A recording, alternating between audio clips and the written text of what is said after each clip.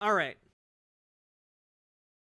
So, one of the most important stories going right now is coming out of Tennessee.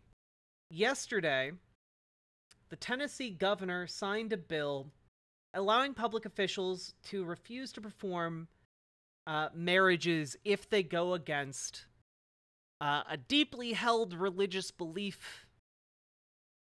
So, obviously, like, the intended target for this, the main target for this, is gay people. It's, men getting married to men, women getting married to women. That's obviously like the core target here.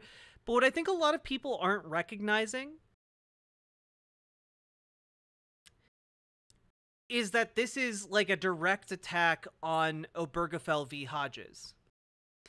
The Supreme Court ruling that allows gay people to be married in America, this is intended to be challenged in court and go all the way up to the Supreme Court to relitigate Obergefell v. Hodges. But what I think people aren't recognizing is that if you go back about 60, 70 years, you'll find that a lot of people, predominantly in the American South, predominantly white people, had religious objections to white people and black people getting married. It wasn't until the 1970s that white people and black people could legally get married in America. Within living memory, white people and black people could not legally get married.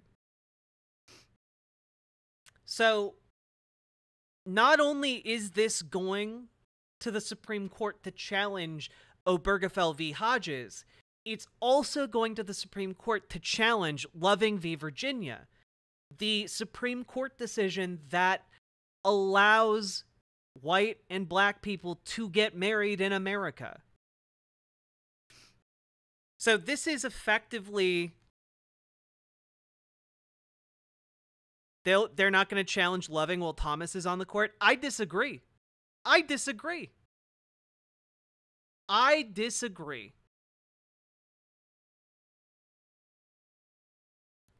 You forget that Clarence Thomas is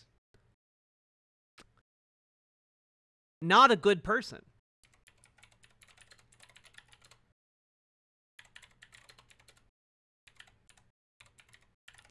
And frankly, as far as I can tell from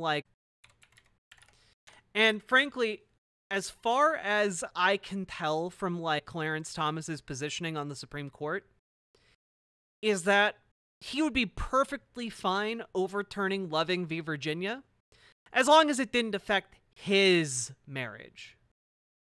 I think what his rationalization for overturning Loving v. Virginia would be that essentially, racists won't marry, black and white people together, but you can find non-racist people who will marry black and white people. His argument would be that, black and white people can still get married, just not, against the will of their preacher. But how would they use this to overturn Loving v. Virginia on religious liberty grounds? Basically, the stipulation of this legislation is that if a marriage were to go against someone's deeply held religious beliefs, the state would not force that person to validate the marriage. There are sects of conservative Christianity to whom white supremacy was incorporated into their beliefs.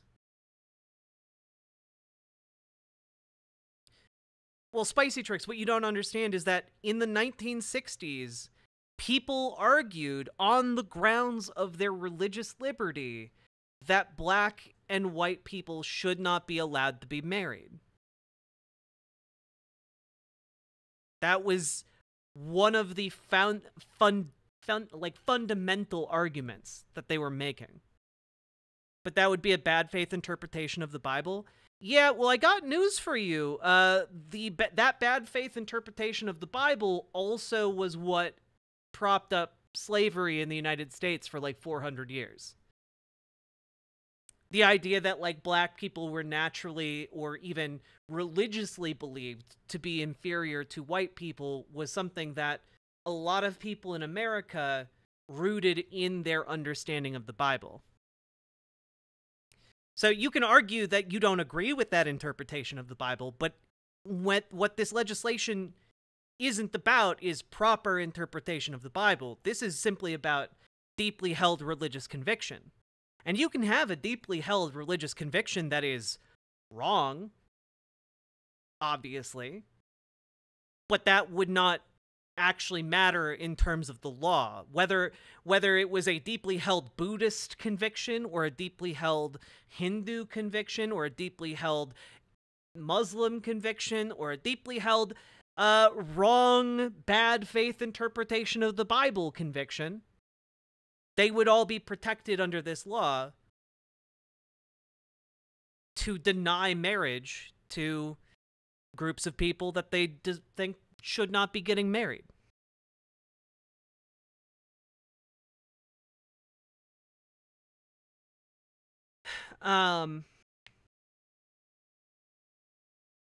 So the argument that I was making regarding Clarence Thomas with Loving v. Virginia is essentially, I don't think that their ruling would be retroactive and like annul all interracial marriage in the United States. But what it would do is going forward essentially allow preachers, churches, government officials, etc. to deny marriages on the basis of those religious beliefs or convictions that they may have, right? So Clarence Thomas's marriage would be fine. It would be respected under the law. But if you were, say, a poor interracial couple in Mississippi, well, you might have a really hard time finding someone who's going to marry you.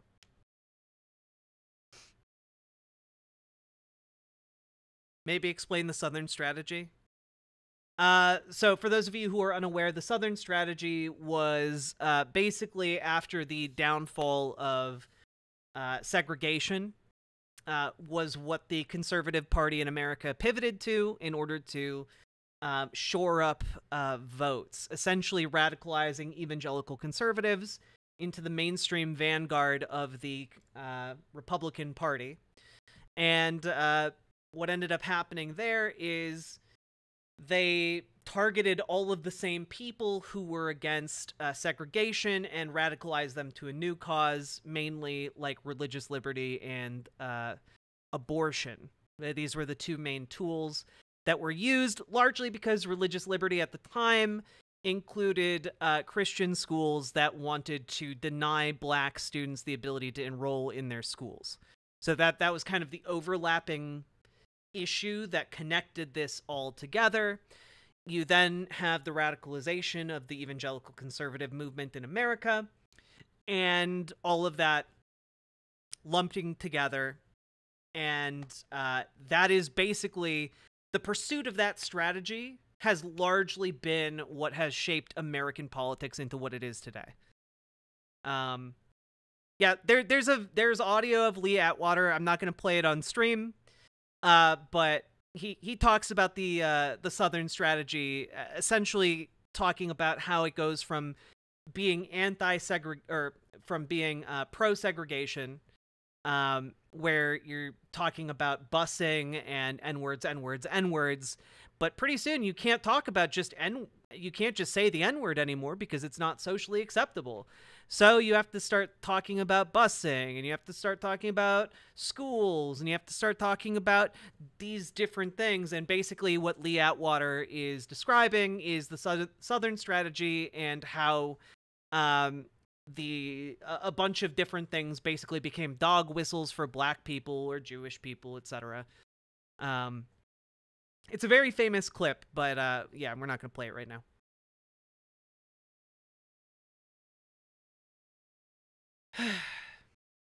Also, Shai Hulud is correct.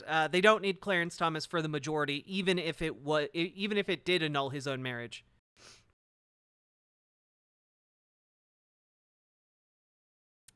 But yeah, so for a variety of reasons, you can tell like this legislation is terrible. You know, Tennessee Governor Bill Lee signed a bill Wednesday allowing public officials to refuse to perform same-sex marriages.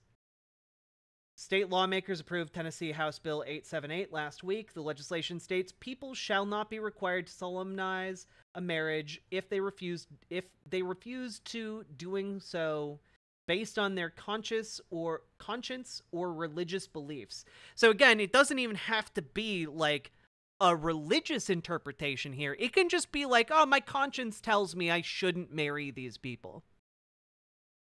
According to the Tennessee legislature website, the governor signed the bill Wednesday. Now, I shouldn't have to point out that, like, giving people the ability to just say, nah, I'm not going to, I don't want to do your marriage. Why not? I just don't believe in it. Like, at this point, you don't even have to demonstrate that you have a deeply held religious belief or conviction. You can just say, oh, my conscience told me I shouldn't marry these people. You don't even have to give a reason in Tennessee now.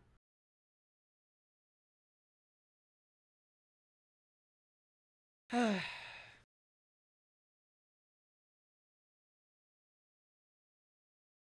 bill does not allow officials to deny marriage licenses to couples based on their beliefs, but prevents officials from being required to solemnize a marriage. The State House first passed the bill in March of 2023, but the state's General Assembly booted it to 2024 for consideration. Yeah.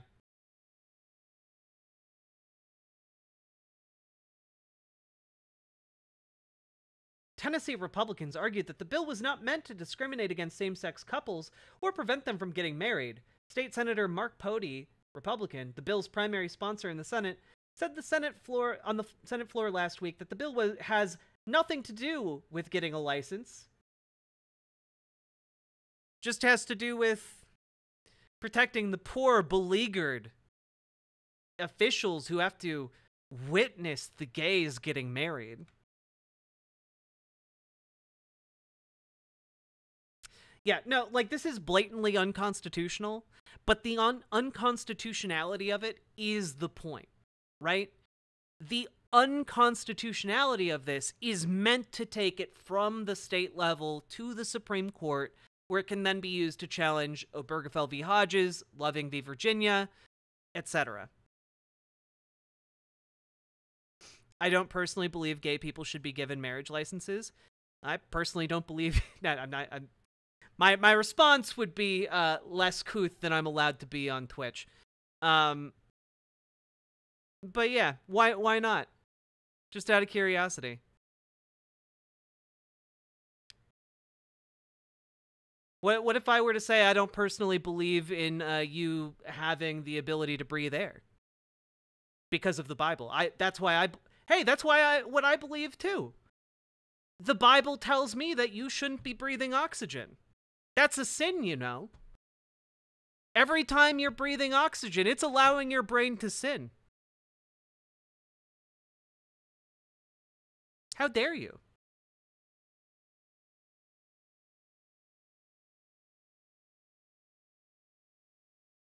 The Bible doesn't say that I shouldn't breathe air. I disagree. I think that's a bad faith interpretation of the Bible. I think if you read it very carefully, you'll find that the Bible is not in favor of you breathing air. Point to a passage. It's the 11th commandment.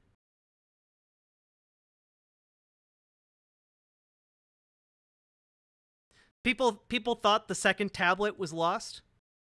They found it. There weren't actually 10 more commandments. It was just an 11th one that said you specifically shouldn't be breathing air.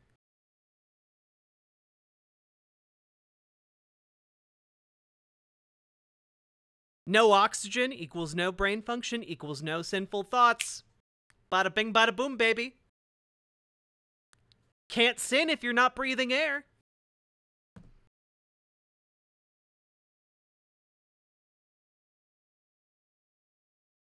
Yeah, it's on the tablet that Moses infomercial bumbled while coming down from the mountain.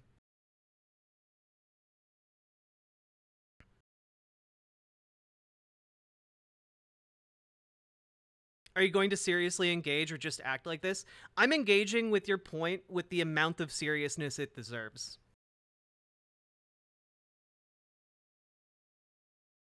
You know, I find it, as somebody who was raised in a religious and Christian community, I find it deeply hypocritical of you to be like, well, I think other people shouldn't sin.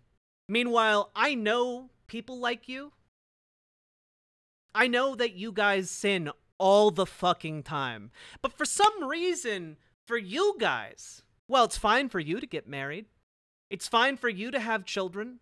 It's fine for you to beat your children. It's fine for you to, like, you know, live every day lusting after people who aren't your wife. It's fine for you to spread your seed across the fields, as it were, while watching Pornhub. It's fine for you. Because Jesus got you back, dog. Jesus got you back. He's covered it. Right? That's what makes it fine for you. But God forbid a gay person get married. Because God might have your back for any and all crimes. Murder, child abuse, spouse abuse. You know, God's got your back. But if somebody's gay, game over, baby. That's how people like you treat gays. And it doesn't matter if the gay person is Christian or if the gay person is non-Christian. It doesn't matter to you. But it kind of should, because we don't live in a theocracy. We live in a democracy. One that is specifically separated from people like you being able to dictate who should and should not be able to get married. People who don't think like you should be able to get married. I'm sorry, you don't have control over what, like, a Muslim person believes. You can't decide, well, they're a different religion than me, so they shouldn't be able to get married. Fuck you, man. Who the fuck do you think you are? Render unto Caesar what is fucking Caesar's, bitch. Gay people can get married. Render unto Caesar what is Caesar's. And mind your own plot. I think there's, like, something about a plank. It looks like it's button o'clock. And an eye or some kind, you know? Mind your own plank before you start nitpicking other people's, you know, splinters in their eye. Goddamn dipshit.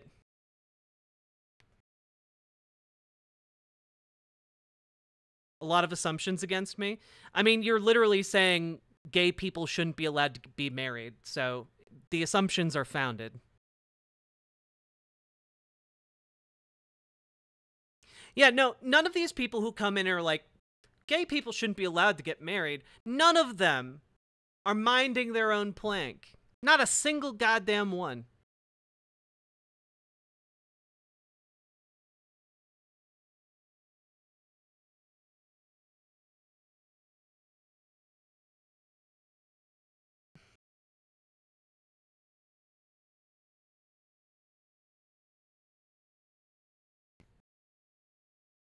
Penny, thank you for gifting Stare is the OK a sub. I appreciate it.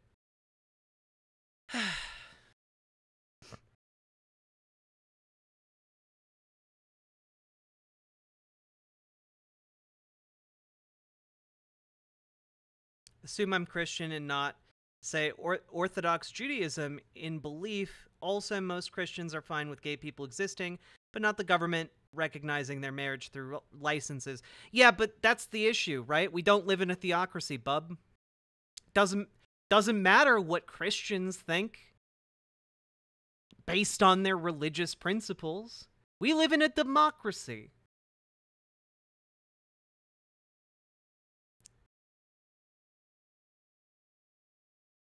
I also don't give a shit what Orthodox Jews think.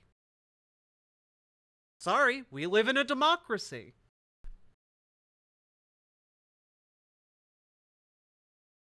But let's be real here. The only thing that differentiates a fundamentalist evangelical Christian from a fundamentalist Orthodox Jew is ritual. You all have the same fundamental ideas about, like, oh, well, gay people shouldn't be able to get married. Oh well, you know, so and so. It's all fundamentally a conservative worldview that's interchangeable with any of the other ones. To me, a fundamentalist religious person in the United States is not any different from a fundamentalist religious person from like Afghanistan. Like, you guys are interchangeable.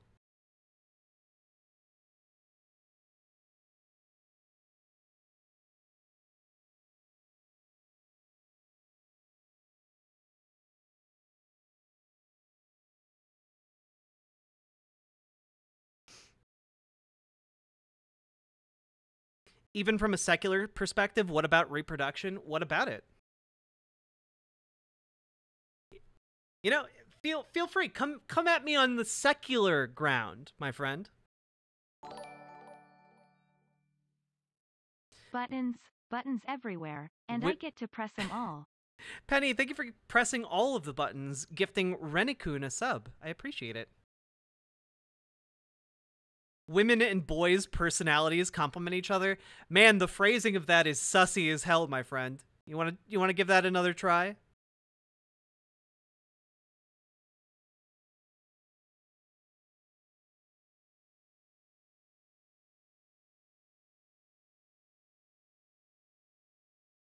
Women and boys.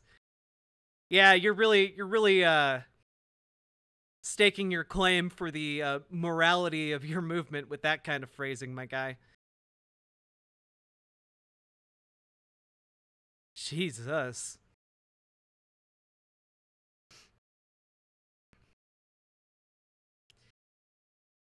Is it not true that women and boys generally have different personalities that complement each other? I mean, I would argue that women and boys don't have personalities that complement each other, my dude. Are you not aware that a boy is a child and a woman is a grown adult? The implication you're making here is that grown adult women should have sex with children for reproductive purposes? The fact that you said it twice really indicates to me that you're okay, women and men. Wait, I'm sorry. What did you mean by boys? No, I want to know. Why did you say that twice? Why did you say boys twice?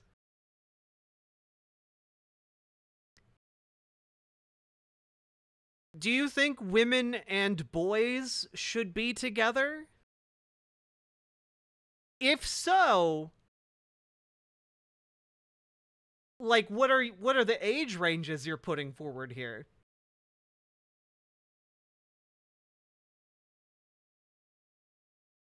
Like, how old is a boy? How old is a woman in your world? Yeah, I want some age ranges here.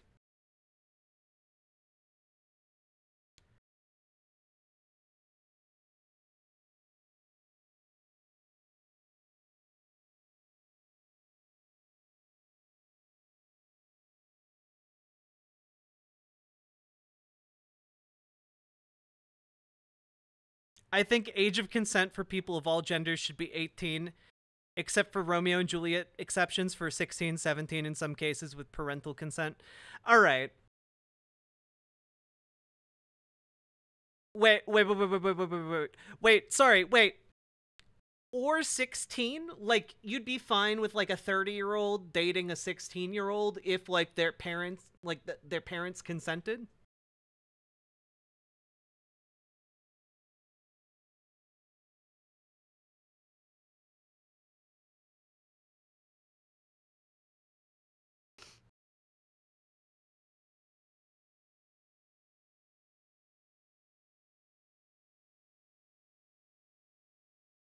Okay, just Romeo and Juliet exceptions then. So not 16, 17 in some cases with parental consent. Gotcha. Okay. All right. So now that we've established you're not in favor of like 14-year-old boys having sex with adult women, what's your point?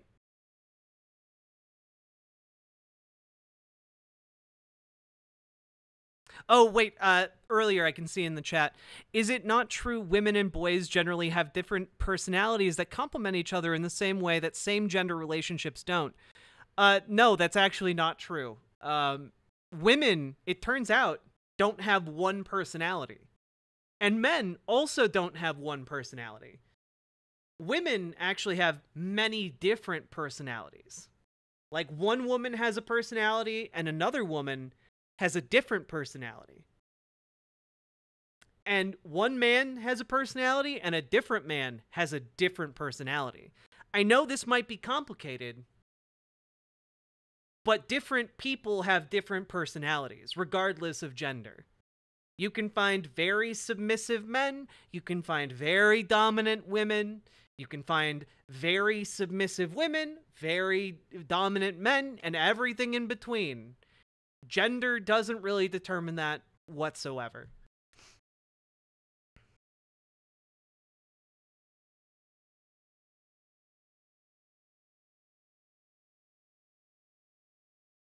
It's my sincerely held faith.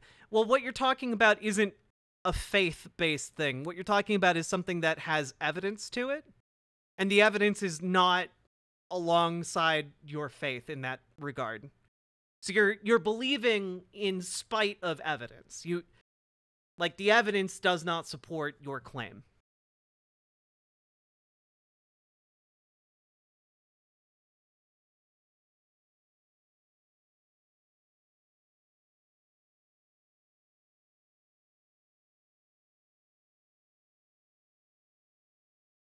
Sorry.